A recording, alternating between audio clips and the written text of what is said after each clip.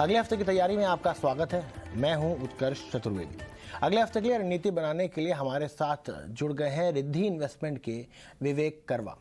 लेकिन विवेक से बात करने से पहले बात कर लेते हैं कैसा रहा है इस हफ्ते का बाजार। इस हफ्ते के बाजार में क्या एक्शन रहा, किन शेयरों में तेजी देखने को मिली, किन शेयरों में रही गिरावट, पूरा अपडेट लेकर हमारे साथ जुड़ चुकी है मानसी दवे। मानसी, चौपी था लास्ट हफ्ते जब हमने आपसे बात करी थी, क्या इस हफ्ते भी हम चौपी कहेंगे या एक तरीके से एक डायरेक्शन में मार्केट मूव हुआ है पूरा हफ्ते?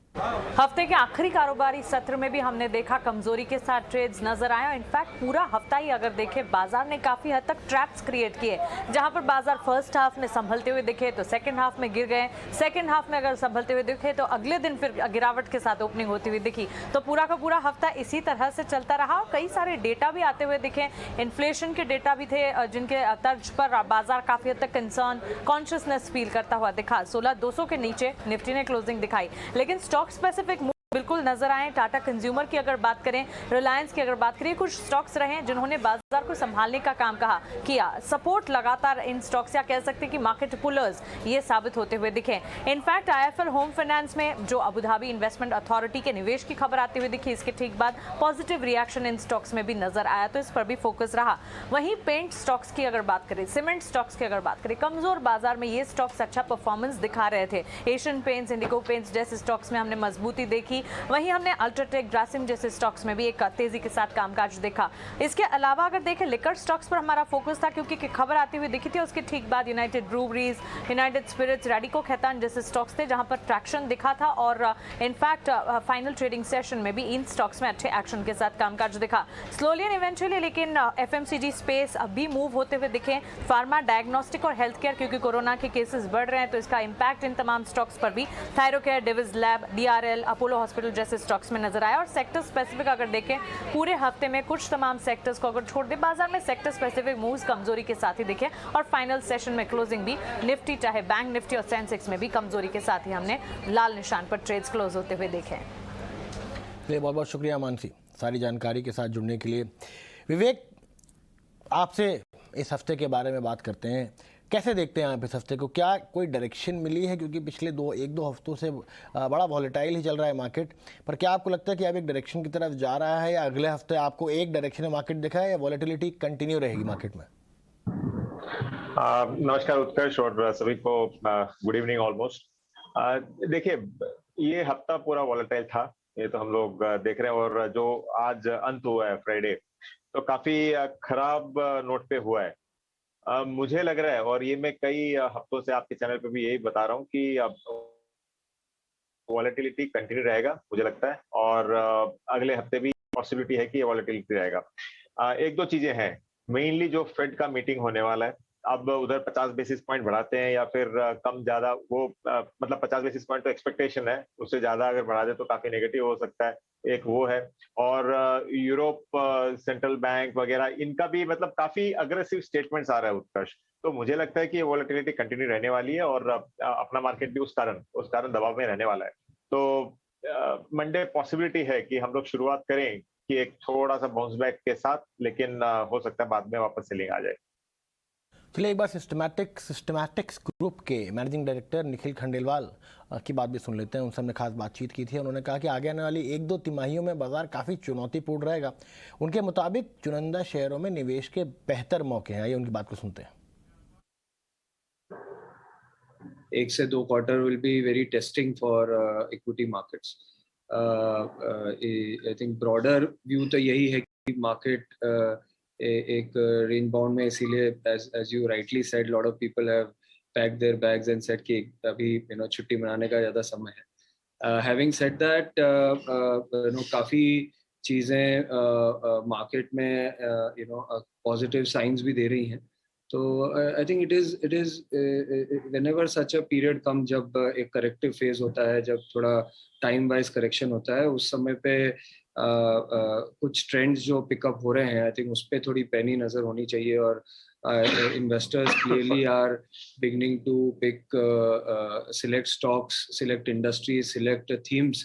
उस पे लोगों ने अपना पोर्टफोलियो को थोड़ा रीशफल करना चालू कर दिया है। आई थिंक वही एक मेन आउटलुक है। वही एक चीज़ है जो investor as an active investor हमें ध्यान रखना चाहिए। एरियाज में वैल्यू पिक्स इमर्ज होने लग गए हैं. जैसे एक बहुत हॉट सेगमेंट था in this bull market was chemicals. तो केमिकल सेक्टर में काफ़ी कंपनीज ने अपना रिकॉर्ड वैल्यूएशन क्रिएट किया, मगर इस फेज में, इस करेक्टिव फेज में केमिकल कंपनीज जो हैं उसमें 30 से 50% तक वैल्यूएशन करेक्शन हुआ है. नाउ इस सेगमेंट में definitely mid and small cap companies ही हैं, इसमें कोई भी लार्ज कैप कंपनी है ही नहीं. तो चाहे हम बड़ी कंपनीज लाइक गुजरात फ्लोरोकेमिकल्स या SRF देखें, या small companies like Navin Fluorine और दिलीप नाइट्राइट और दीपक नाइट्राइट टाइप देखें, I think mid and small cap entire flavour इस सेक्टर में दिखता है. तो this is one area where definitely काफ़ी इंटरेस्टिंग पिक्स इमर्ज होके आ रही हैं. तो आई थिंक ऐसे ही automotive segment, consumption driven segment, जिसमें ऑटोमोटिव है, कंज्यूमर प्रोडक्ट्स हैं, स्पेशली स्टेपल्स हैं, और स्पेसिफिकली मेटल्स में भी जो भी इस तेजी के समय पे काफ़ी हॉट सेक्टर था, वहाँ पर भी करेक्शन के समय स्मॉल और मिड कैप में काफ़ी इंटरेस्टिंग आइडियाज इमर्ज होके आ रहे हैं. तो डेफिनेटली आइडियाज और स्मॉल और मिड कैप कंपनीज में वैल्यूएशन करेक्शन शार्पर हुए हैं. चलिए विवेक, ये सवाल मैं आपसे लेता हूँ. बहुत समय से बात हो रही है कि सेक्टर स्पेसिफिक पिक्स बहुत ज़रूरी हैं इस मार्केट में. कौन से सेक्टर्स हैं जहाँ पे आपको लगता है कि आगे आने वाले 1-2-3 क्वार्टर्स में कम से कम एक सेफ बेट है वो, जिन पे नज़र रखनी चाहिए? उत्कर्ष, अगर ब्रॉडली आप अगर मुझे पूछो तो मुझे लगता है कि जो ओपन अप थीम है और जो कंजम्पशन ड्रिवन, जैसे अभी आपके प्रीवियस गेस्ट बोल रहे थे, तो कंजम्पशन ड्रिवन और ओपन अप थीम वाले जिससे जितने भी मतलब उससे कनेक्टेड है, वो पूरा का पूरा सेक्टर मुझे अच्छा लगता है. और उसके अलावा मुझे लगता है कि हाँ, एक रियल एस्टेट एक ऐसा सेगमेंट है जहाँ पे एक बाउंस बैक बहुत ओवरड्यू है. तो एक तो ओपन अप हुआ, एक रियल एस्टेट हुआ, और आगे चल के उत्कर्ष मुझे लग रहा है कि टेक्सटाइल सेक्टर भी अच्छा करना चाहिए. तो ये तो है. और जो बीटन डाउन सेक्टर्स है, बीटन डाउन सेक्टर्स में आता है, एक तो फार्मा आता है, एक हद तक मेटल्स, और फार्मा और मेटल्स. तो ये दो सेक्टर भी मुझे काफी इंटरेस्टिंग लग रहे हैं. मतलब यहाँ पे हो सकता है कि आगे और थोड़ा बहुत अगर मार्केट करेक्शन देता है तो वैल्यूएशन वाइज ये सारे के सारे बहुत फेयर वैल्यू में दिखने लग जाएंगे, और हो सकता है कि एक कॉन्ट्रेरियन बाइंग मार्केट में चालू हो. तो ओपन अप थीम पे नजर रखिए. अभी जैसे मानसी थोड़ी देर पहले बोल रही थी, लिकर स्पेस आज बहुत अच्छा कर रहा था, तो ऐसे बाई रोटेशन ये सारे सेक्टर्स चलने वाले हैं. चलिए, अगले हफ्ते बाजार के क्या ट्रिगर्स होंगे ये भी ज़रूरी है. हमारे साथ विनी मोतीवाला हमारी सहयोगी जुड़ी हुई हैं, वो बताएंगे. विनी, किन फैक्टर्स पे अगले हफ्ते में नज़र रखें? इंपॉर्टेंट क्यूज और इवेंट्स की बात करें अगले हफ्ते में, तो पहले इंडिया और डोमेस्टिक फ्रंट पे जहाँ पे है तो CPI डेटा इंपॉर्टेंट डेटा है. जून 13 को CPI डेटा है, जून 14 को WPI डेटा है, और आगे जाते हुए नेक्स्ट वीक में लॉक इन पीरियड्स जो है LIC की और एज वेल एज डिलीवरी की, इन दोनों की lock in period next week खुल रही है. तो एंकर लॉक इन पीरियड जो है वो खुल रही है. तो 13 जून को LIC की लॉक इन पीरियड है और 20 जून को डिलीवरी की lock in period, anchor lock in period खुल रही है. तो ये इंपॉर्टेंट एक है जहाँ पे ये स्टॉक्स की भी फोकस में हो सकते हैं. उसके अलावा जो इंपॉर्टेंट ग्लोबल फ्रंट पे क्यूज है और इवेंट्स है, FOMC मीटिंग है 15 जून को US में, तो इंपॉर्टेंट डेटा पॉइंट है. इनिशियल जॉबलेस क्लेम्स और इंडस्ट्रियल प्रोडक्शन डेटा भी है नेक्स्ट वीक में US मार्केट्स में, जो इंपॉर्टेंट फैक्टर है वॉच आउट करने के लिए. उसके अलावा UK मार्केट में मंथली GDP डेटा आती है UK की, as well as industrial production data है. ये इंपॉर्टेंट 2 डेटा पॉइंट्स है UK में. और एक इंपॉर्टेंट है जो है बैंक ऑफ इंग्लैंड की रेट डिसीजन भी आने वाली है, वहाँ पे भी रेट हाइट एक्सपेक्टेड है. जून 16 को बैंक ऑफ इंग्लैंड की रेट डिसीजन है, तो ये एक इंपॉर्टेंट इवेंट UK में है. उसके अलावा चाइना में इंडस्ट्रियल प्रोडक्शन डेटा है जून 16 को. जापान में BOJ पॉलिसी रेट डिसीजन भी है, बैलेंस रेट डिसीजन, जो है जून 17 को. तो ये इंपॉर्टेंट इवेंट है नेक्स्ट वीक के लिए वॉच आउट करने के लिए. ओवरऑल ये सब इवेंट्स है. विवेक, आपने शुरुआत में ही बात करी थी कि एफओएमसी जो मीटिंग है उस पर थोड़ा सा ध्यान रखना चाहिए।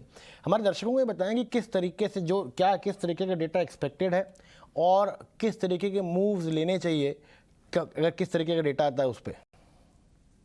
देखिए उत्कर्ष, मुझे लगता है कि 50 बेसिस पॉइंट तक रेट हाइक मार्केट में फैक्टर्ड इन है और उससे अगर ज्यादा आता है, मतलब आज यूएस में ये सिचुएशन होकर रखा है कि इंडिया के लिए देखिए जो इन्फ्लेशन, हाई इन्फ्लेशन जो हम लोग देख रहे हैं, हम लोग यूज्ड टू है। 2012 में हमने 13% भी देखा है, लेकिन जो यूएस में हो रहा है उन्होंने कभी ये देखा नहीं है, ना यूरोप ने कभी देखा है। तो डेटा वाइज अगर मतलब 50 बेसिस पॉइंट के ऊपर कोई भी अगर डेटा खराब आता है या फिर हाइक ज्यादा आता है तो मार्केट के लिए काफी नेगेटिव हो सकता है, ये पॉसिबिलिटी है।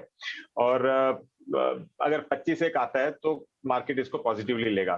तो देखिए यूएस आगे चल के वॉलेटाइल ही रहने वाला है जो दिख रहा है, और उधर का जो ग्रोथ है वो भी मार खाने वाली है बिकॉज ऑफ रेट हाइक्स। तो उसका रिजल्ट ये हो रहा है कि एफआईआई का सेलिंग लगातार यूएस और उसके कारण इंडिया में भी मतलब उधर लॉसेस हो रहा है करके इंडिया में भी सेलिंग चालू है। तो जब तक ये सेलिंग चालू रहती है तो हमारे मार्केट में मैं थोड़ा सा स्केप्टिकल रहूंगा और आगे चल के देखते हैं अब फेड क्या करता है अगले हफ्ते। चलिए बात कर लेते हैं मॉनसून की। देखिए अक्सर हमारे यहाँ कहा जाता था कि जब बारिश आती है तो खुशहाली लेकर आती है। क्या बारिश के मूव है और कितनी खुशहाली लेकर आएगी, उसके सारे अनुमान के साथ हमारे सहयोगी विश्वमोहन जुड़ गए। विश्वमोहन, क्या अपडेट है मॉनसून को लेकर? देखिए, मौसम विभाग के कई अधिकारियों से बात हो रही थी तो उनका कहना है कि अगले हफ्ते से मानसून की चाल तेज़ हो सकती है, क्योंकि शुरुआत तो मानसून की अच्छी हुई। शुरुआत एंट्री भी समय से वक्त से पहले हो गई थी केरल में, लेकिन उसके बाद से मानसून की चाल सुस्त रही। शुरुआती अगर 2 हफ्ते की अगर बात करें, करीब करीब 1.5 हफ्ते की, 10 जून तक की, तो 42% सामान्य से कम बारिश हुई है। लेकिन अब अगले हफ्ते से 15 जून के आसपास से मानसून की चाल तेज़ हो सकती है। देश के कई हिस्सों में मानसून की एंट्री हो सकती है। 2 दिनों में महाराष्ट्र में भी मानसून की एंट्री होने वाली है। हालांकि बॉम्बे में प्री मानसून बारिश शुरू हो चुकी है। इसके अलावा कर्नाटक के कुछ बचे हुए हिस्से, गोवा, कोंकण के कुछ इलाके हैं, यहाँ पर भी मानसून की एंट्री होने वाली है। तो एक अच्छी खबर आ रही है कि मानसून की जो सुस्त चाल है वो अब यहाँ पर रफ्तार पकड़ने वाली है। इसके बाद अगर दिल्ली की अगर बात करें या नॉर्थ इंडिया की बात करें तो यहाँ पर हीट वेव से भी निजात अगले हफ्ते से मिल सकती है, ऐसा अनुमान मौसम विभाग की तरफ से लगाया जा रहा है। और 20 से 25 के बीच में नॉर्थ के बहुत सारे राज्य, दिल्ली में भी 20 से 25 के बीच में मानसून पहुंचने का अनुमान है। और जो बाकी के जो एग्री बेल्ट है वहां पर भी 15 से 25 जून के बीच में ज्यादातर एग्री बेल्ट में मानसून की एंट्री हो जाएगी। तो ये अनुमान है मौसम विभाग का। चलिए, बहुत बहुत शुक्रिया विश्वमोहन सारी जानकारी के साथ जुड़ने के लिए। विवेक, मॉनसून आने वाला है, किस तरीके के स्टॉक्स पर नज़र रखें? क्या कुछ स्पेसिफिक स्टॉक्स हैं जो कि एग्री मार्केट में है, रूरल डिपेंडेंसी है, जिन पर थोड़ा सा ध्यान रखना चाहिए हमें? तो उत्कर्ष, चक्कर ये हो रहा है अभी कि मॉनसून भी देखो ढीला चल रहा है अब तक, और ये उम्मीद है कि अगले हफ्ते तक ये पिकअप हो जाएगा। और अगर मॉनसून वापस पिकअप हो जाता है तो ये जो मैं कह रहा था थोड़ी देर पहले, ओपन अप सेक्टर और rural based sector plus agriculture और केमिकल सेक्टर, ये अच्छा करना चाहिए मेरे हिसाब से। और इसमें एक और अगर मैं ऐड करूं तो ऑटोमोबाइल सेक्टर, क्योंकि जो अब 2 साल के कोविड के बाद में आज बाइंग इंटरेस्ट आ रहा है ऑटोमोबाइल में, मुझे लगता है कि मॉनसून थोड़ा भी अगर बेटर रहता है तो ऑटोमोबाइल, ट्रैक्टर्स, केमिकल्स, एग्रीकल्चर और उससे रिलेटेड ओपन अप थीम, तो ये सारा का सारा सेक्टर अच्छा करेगा अगर मॉनसून एटलीस्ट नॉर्मल या अबव नॉर्मल रहे। और मार्केट के लिए डैम्पनर होगा अगर आगे चल के ये डिफिसिट हो जाता है। चलिए, उम्मीद हमारी रहेगी कि मॉनसून जो है वो अबव नॉर्मल रहे या नॉर्मल जैसा रहे। एक बहुत बड़ी इंपॉर्टेंट चीज़ हुई इस पूरे हफ्ते में, वो थी आरबीआई की एमपीसी की मीट। उसमें 50 बेसिस पॉइंट्स की बढ़ोतरी करी गई है रेपो रेट में। आरबीआई गवर्नर शक्तिकांता दास ने यह भी कहा कि FY 23 के लिए 7.2% GDP की ग्रोथ रहने का अनुमान है। आइए उनकी बात को सुन लेते हैं। Unanimously to increase the policy repo rate by 50 basis points to 4.90% with immediate effect. Consequently, the standing deposit facility, that is the SDF rate, stands adjusted to 4.65%, and the marginal standing facility, that is the MSF rate and bank rate, to 5.15%. The MPC also decided unanimously to remain focused on withdrawal of accommodation to ensure that inflation remains within the target going forward while supporting growth. For 2022-23, that is for the current year, is retained at 7.2%, with Q1 at 16.2%, Q2 at 6.2%, Q3 at 4.1%, and Q4 at 4%, with risks broadly balanced. Inflation is now projected at 6.7% in 2022-23, that is the current year, with Q1 at 7.5%, Q2 at 7.4%, Q3 at 6.2%, and Q4 at 5.8%, with risks evenly balanced.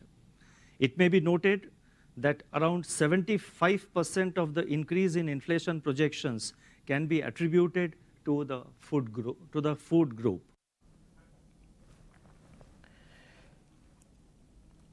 चलिए, जो मेरा एक सवाल यहाँ पर था विवेक, वो है इन्फ्लेशन को लेके चिंता तो है, लेकिन क्रूड की वजह से कम जो क्रूड के स्टॉक्स हैं, चाहे वो RIL हो या बाकी स्टॉक्स हो, IPL हो, उनमें RIL हो और बाकी स्टॉक्स हो, उनमें कहीं ना कहीं एक एक्शन देखने को मिला है कि आप इस तरह के स्टॉक्स पे किस तरह की राय रखते हैं? क्या लगता है उस सेक्टर में कहीं ना कहीं, क्योंकि रिफाइनरी मार्जिन बढ़ेंगे, थोड़ा फ़ायदा होगा?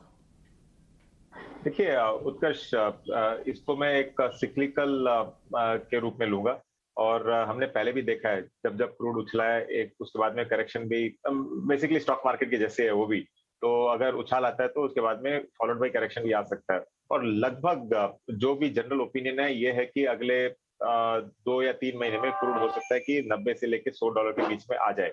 तो मेरी ये राय ही रहेगी, अगर आपने GRM को देख के या फिर मतलब ऑयल स्टॉक्स को उसके लिए खरीदा है, तो यहाँ पे आपको स्लो एंड स्टडीली जैसे जैसे और आगे बढ़ते हैं स्टॉक, आपको प्रॉफिट बुकिंग करनी चाहिए, क्योंकि ये तय है कि 122, 125 से लेके ये इमीडिएटली 150 जाएगा क्या, वो फैक्टर्स दिख नहीं रहे, मतलब वो ट्रिगर्स अभी दिख नहीं रहे हैं कि और कोई नेगेटिव बहुत बड़ा न्यूज आएगा और क्रूड उछाल आएगा। तो अगर कोई भी करेक्शन आता है तो इन स्टॉक्स में वापस करेक्शन भी देखा जाएगा, तो बेटर रहेगा कि आपको प्रॉफिट बुकिंग करना चाहिए।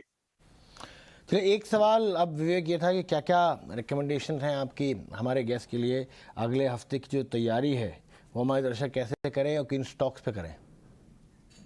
तो देखिए, अगले हफ्ते वॉलेटिलिटी के लिए तो हमको रेडी रहना पड़ेगा, क्योंकि फेड है और काफी जो आपने ऑलरेडी बता चुके हैं डेटा पॉइंट्स आने वाले हैं, तो उसके कारण वॉलेटिलिटी रहेगी। और उसका सही में मतलब बहुत मेहनत करके ये थोड़े 2 या 3 फिक्स मैंने निकाले हैं जो अगले हफ्ते हमको देखना चाहिए।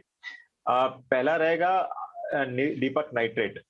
तो देखिए, ये इस स्टॉक में क्या हुआ है, जो भी न्यूज था, नेगेटिव न्यूज था, उनके प्लांट में आग लगी थी और फिर शटडाउन एक नोटिस दिया गया था, लेकिन स्टॉक काफी हद तक करेक्शन देके आज एक बाउंस बैक दिखाया। मुझे लगता है कि इसको आपको स्टॉप लॉस 1775 रुपया लगा के टारगेट ऑफ 1875 से लेके 1940 तक के लिए आपको देखना चाहिए। और अगले हफ्ते जैसे मैंने कहा वॉलेटिलिटी ज्यादा रहेगी, तो स्टॉक प्रोसेस आपको स्ट्रिक्टली देखना पड़ेगा।